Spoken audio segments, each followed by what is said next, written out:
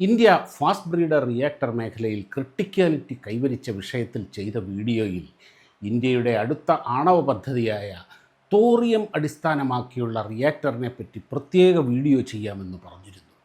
ആ വീഡിയോയാണിത്. Saudi Arabia പോലെ, Russia പോലെ നമ്മുടെ രാജ്യവും എണ്ണ സമ്പന്നമായിരുന്നെങ്കിൽ എന്ന് ഒരിക്കലെങ്കിലും നാമൊക്കെ ആഗ്രഹിച്ചിട്ടുണ്ടാകില്ലേ? എണ്ണയില്ലെങ്കിൽ മറ്റെന്തെങ്കിലും എനർജി സോഴ്സ് ആയിരുന്നെങ്കിൽ എത്ര നന്നായേനെയല്ലേ? എന്നാൽ അങ്ങനെ അങ്ങ് നിരാശപ്പെടുകയൊന്നും വേണ്ട. ലോകത്തിലെ ഏറ്റവും വലിയ ഊർജത്തിൻ്റെ ഒരു നിധി കുംഭം തന്നെ ഇവിടെയുണ്ട്. അതും കേരളത്തിലാണ് ഏറ്റവും അധികം. അത് മറ്റൊന്നുമല്ല, തോറിയം. അതെ, കൊല്ലം, ചവറ തീരപ്രദേശങ്ങളിൽ സമൃദ്ധമായി കാണുന്ന കരിമണലില്ലേ, അവൻ തന്നെ. എന്നാൽ അതൊന്ന് അറിയണമല്ലോ. നോക്കിയാലോ? എന്നാൽ തുടങ്ങാം. പ്രിയപ്പെട്ട കൂട്ടുകാർക്ക് സയൻസ് കോർണറിൻ്റെ പുതിയ വീഡിയോയിലേക്ക് സ്വാഗതം.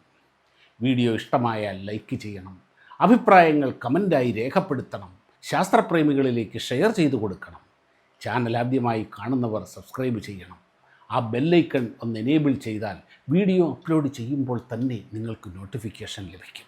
കഴിഞ്ഞ ഒരു വീഡിയോയിൽ ഇന്ത്യയുടെ 3 സ്റ്റേജ് ന്യൂക്ലിയർ പ്രോഗ്രാമിൻ്റെ രണ്ടാം ഘട്ടമായ ഫാസ്റ്റ് ബ്രീഡർ റിയാക്ടർ പ്രവർത്തനക്ഷമമായതിനെക്കുറിച്ച് വിശദമായി തന്നെ പറഞ്ഞിരുന്നു. ഇതിലൂടെ ഉപയോഗിക്കുന്ന ന്യൂക്ലിയർ ഇന്ധനമായ പ്ലൂട്ടോണിയം 239 തന്നെ ആ റിയാക്ഷനിലൂടെ വീണ്ടും ഉൽപ്പാദിപ്പിക്കപ്പെടുന്ന സയൻസ് വിശദീകരിച്ചിരുന്നു.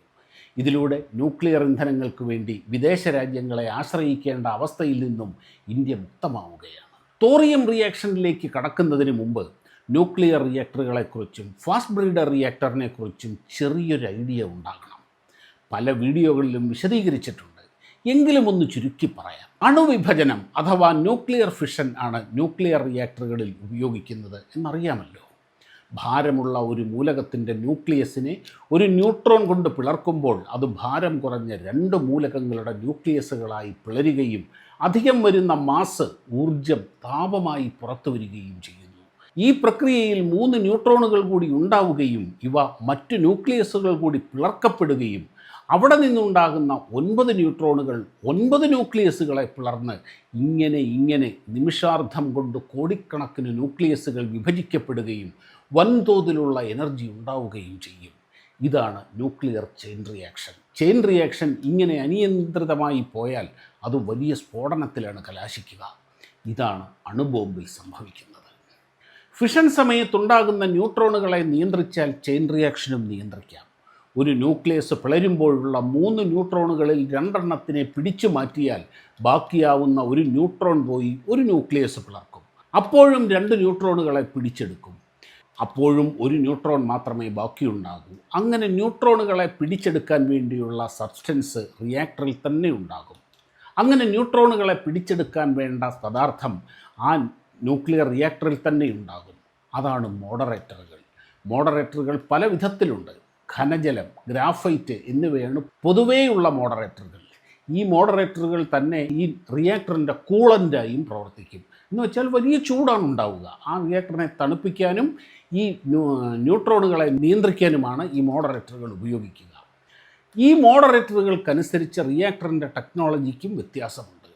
ലൈറ്റ് വാട്ടർ റിയാക്ടറുകൾ, ഇതാണ് ലോകത്തിൽ ഏറ്റവും അധികമുള്ളത്. ഇവിടെ മോഡറേറ്ററായും റിയാക്ടർ തണുപ്പിക്കാനുള്ള കൂളൻ്റായും ഉപയോഗിക്കുന്നത് സാധാരണ വെള്ളം തന്നെയാണ്. മറ്റൊന്നാണ് ഹെവി വാട്ടർ റിയാക്ടർ. ഇതിൽ ഡ്യൂട്ടീരിയം എന്ന ഹൈഡ്രജൻ ഐസോട്ടോപ്പ് ഉപയോഗിച്ചുള്ള ജലമാണ് ഉപയോഗിക്കുന്നത്. മറ്റൊന്ന് ഗ്രാഫൈറ്റാണ്. എന്നാൽ ഫാസ്റ്റ് ബ്രീഡർ റിയാക്ടറിൽ മോഡറേറ്റർ ഇല്ല, കൂളൻ്റ് മാത്രമേ ഉള്ളൂ. ഫാസ്റ്റ് ബ്രീഡർ റിയാക്ടറിൽ ന്യൂട്രോണുകളുടെ വേഗത കുറയാൻ പാടില്ല. അതുകൊണ്ടാണ് അതിനെ ഫാസ്റ്റ് എന്ന് തന്നെ ആ പദത്തിൻ്റെ അർത്ഥം അതാണ്. പ്ലൂട്ടോണിയം ചെയിൻ റിയാക്ഷനിൽ ഉണ്ടാകുന്ന വേഗതയേറിയ ന്യൂട്രോണുകൾ അവിടെ തന്നെയുള്ള യുറേനിയം 238 ഇടിച്ചു കയറി അതിനെ യുറേനിയം 239 ആക്കി പിന്നീട് ഇത് ബീറ്റ ഡീക്കെ, അതായത് ഒരു ബീറ്റ കണം പുറത്തുവിട്ട് നെപ്റ്റ്യൂണിയം 239 വീണ്ടും ബീറ്റ ഡീക്കെ സംഭവിച്ച് അവസാനം പ്ലൂട്ടോണിയം 239 തന്നെ ആകുന്ന പ്രതിഭാസമാണല്ലോ ഫാസ്റ്റ് ബ്രീഡർ റിയാക്ടറിൽ നടക്കുന്നത്. ഈ പ്രക്രിയയിൽ ന്യൂട്രോണിൻ്റെ വേഗത കുറയാൻ പാടില്ല, എന്നാൽ ഉണ്ടാകുന്ന ചൂടിനെ മാറ്റുകയും വേണം. ഇങ്ങനെ മോഡറേറ്റർ അല്ലാത്ത ഒരു കൂളൻ്റ് എന്നത് ഒരൊറ്റ ഒരെണ്ണം മാത്രമേ ഉള്ളൂ. അത് മോൾട്ടൺ സോൾട്ട് അല്ലെങ്കിൽ ദ്രവരൂപത്തിലുള്ള സോഡിയമാണ്. ഈ സോഡിയം എന്നത് വല്ലാത്തൊരു സാധനമാണ്. അത് തുറന്നിരുന്നാൽ വായുവുമായി റിയാക്ട് ചെയ്ത് പൊട്ടിത്തെറിക്കും. വെള്ളത്തിലിട്ടാൽ അവിടെയും പൊട്ടിത്തെറി ഉണ്ടാകും. സാധാരണഗതിയിൽ ലാബുകളിലൊക്കെ സോഡിയം സൂക്ഷിക്കുന്നത് മണ്ണെണ്ണയിലോ പാരഫിൻ കണ്ടെയ്നറുകളിലോ ഒക്കെയാണ്. അത്ര അപകടകാരിയാണ് സ്വതന്ത്രാവസ്ഥയിലുള്ള സോഡിയം. നമ്മുടെ ഉപ്പ് സോഡിയം ക്ലോറൈഡാണ്. അതിൻ്റെ അകത്തുള്ള അതുപോലെ നമ്മുടെ ശരീരത്തിന് അത്യാവശ്യമായ അതേ സോഡിയം തന്നെ. അപ്പോൾ ഇവനെ ദ്രാവകാവസ്ഥയിലാക്കിയാൽ സാധാരണയുള്ളതിനേക്കാൾ അപകടമാണ്. ഇങ്ങനെ ദ്രാവകാവസ്ഥയിലുള്ള ടൺ കണക്കിന് സോഡിയമാണ് ഒരു ഫാസ്റ്റ് ബ്രീഡർ റിയാക്ടറിൽ കൂളൻ്റായി ഉപയോഗിക്കുന്നത്. ഇത് കൈകാര്യം ചെയ്യാൻ ചെറിയ ടെക്നോളജിക്കൽ സ്കില്ലൊന്നും പോരാ. അതാണ് നമ്മുടെ ശാസ്ത്രജ്ഞന്മാർ നേടിയതും അമേരിക്ക അടക്കമുള്ള പല രാജ്യങ്ങളും ഇട്ടിട്ട് ജീവനം കൊണ്ടോടിയതും. റേഡിയോ ആക്റ്റീവായ, അതായത് ന്യൂക്ലിയസിൽ നിന്നും അദൃശ്യമായ ആൽഫ, ബീറ്റ, ഗാമ റേഡിയേഷനുകൾ പുറത്തേക്ക് അയച്ച് മറ്റൊരു മൂലകമായി മാറുന്ന റേഡിയോ ആക്ടിവിറ്റി എന്ന പ്രതിഭാസമുള്ള അനേകം മൂലകങ്ങളുണ്ട്. യുറേനിയം, പ്ലൂട്ടോണിയം, റേഡിയം, പൊളോണിയം ഒക്കെ ഈ സ്വഭാവമുള്ളവയാണ്. ഭാരം കൂടിയ, അതായത് ന്യൂക്ലിയസിനുള്ളിൽ ഒരുപാട് പ്രോട്ടോണുകളും ന്യൂട്രോണുകളുമുള്ള ഹൈലി അൺസ്റ്റേബിളായ ന്യൂക്ലിയസ് ഉള്ളവയാണ് ഇവയൊക്കെ. എങ്കിലും യുറേനിയം 235, പ്ലൂട്ടോണിയം 239 എന്നിവ മാത്രമാണ് ചെയിൻ റിയാക്ഷന് കാരണമായ ഫിഷന് വിധേയമാക്കാൻ സാധിച്ചിരുന്നുള്ളൂ. ഈ 239, 238 എന്നൊക്കെ പറയുന്നത് ഇതിലെ ന്യൂക്ലിയസിനുള്ളിലെ ആ പാർട്ടിക്കിൾസിൻ്റെ നമ്പറാണ് കേട്ടോ, പ്രോട്ടോണും ന്യൂട്രോണും കൂടെ ചേർന്നത്. ഈ പറഞ്ഞവയൊക്കെ ആണെങ്കിൽ ഭൂമിയിൽ പൊതുവേ റെയറാണ്. പ്രകൃതിയിൽ നിന്ന് ലഭിക്കുന്ന അയിരിൽ നിന്ന് യുറേനിയം വേർതിരിച്ചെടുക്കുക എന്നത് വളരെ ശ്രമകരമാണ്. അതിൽ തന്നെ 99.93% ഫിഷൻ സാധിക്കാത്ത യുറേനിയം 238 ആണ്.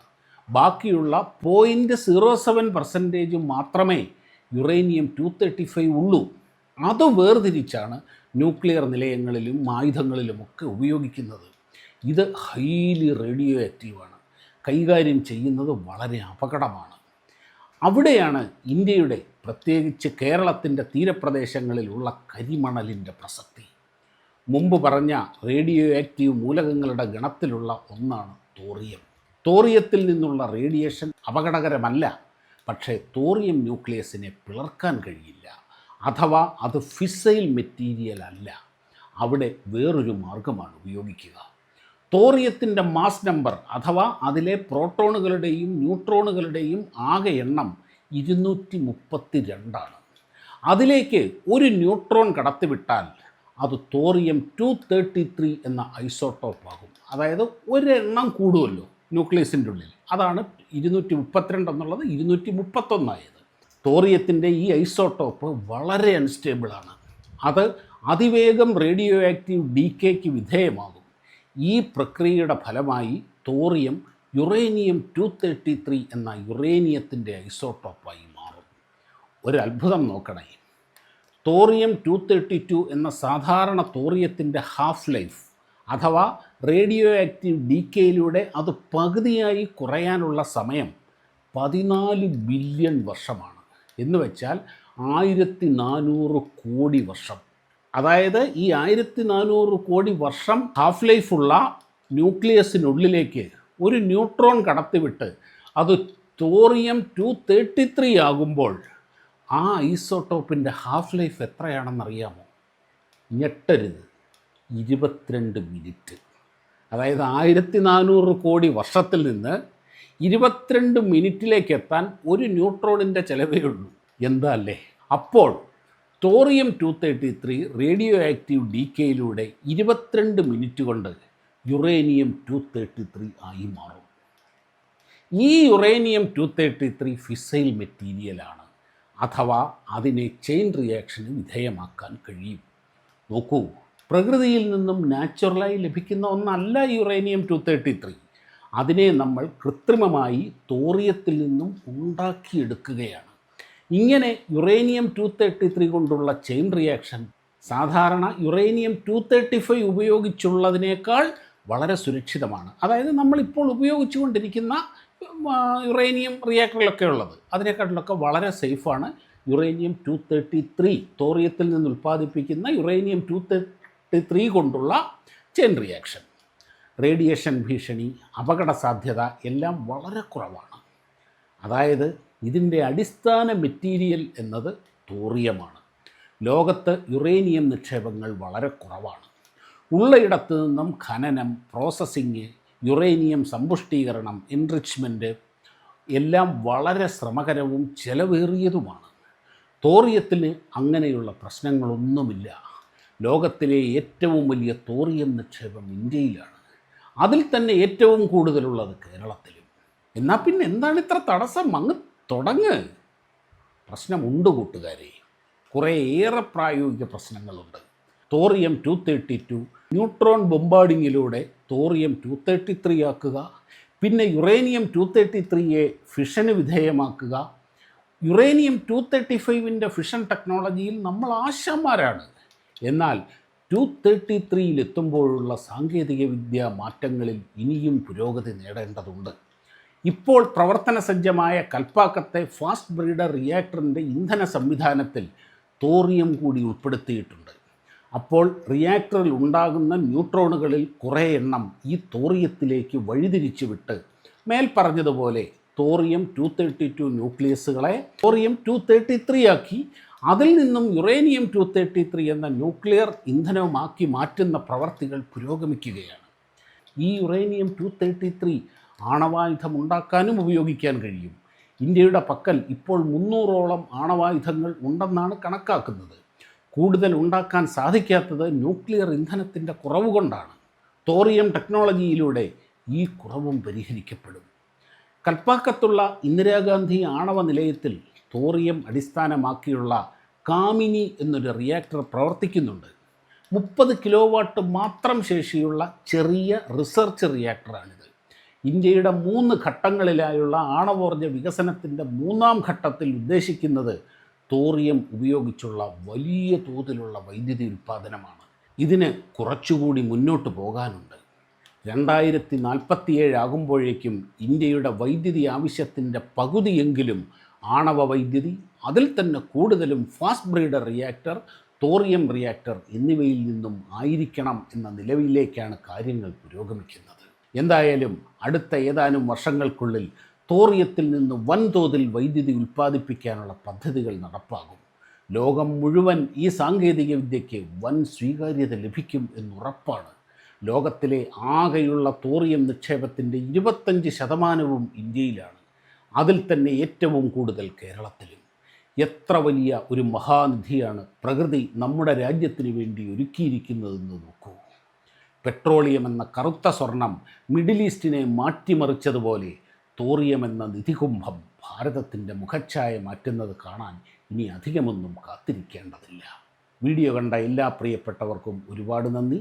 വീഡിയോ ഇഷ്ടപ്പെട്ടാൽ ലൈക്കും കമൻറ്റും ഷെയറും എല്ലാം ചെയ്യണമെന്നൊരിക്കൽ കൂടി അഭ്യർത്ഥിക്കുന്നു. മറ്റൊരു സയൻസ് വീഡിയോയുമായി ഉടനെ കാണാം. നന്ദി, നമസ്കാരം.